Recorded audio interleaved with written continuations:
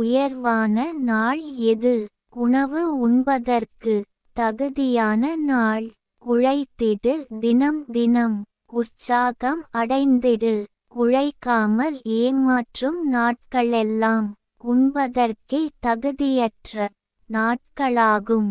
ஊர் சுற்றி சோம்பலாய் திரிவதெல்லாம் மனிதனை உதவாக்கரை என சொல்ல வழி வகுக்கும். பேர் சொல்லி பேமானி என மக்கள் கூறிடுவார். காலத்தின் கட்டாயம். கடும் உழைப்பு வேண்டும். குடும்பத்தை காத்திட அதுவே நல்லதும் ஆகும்.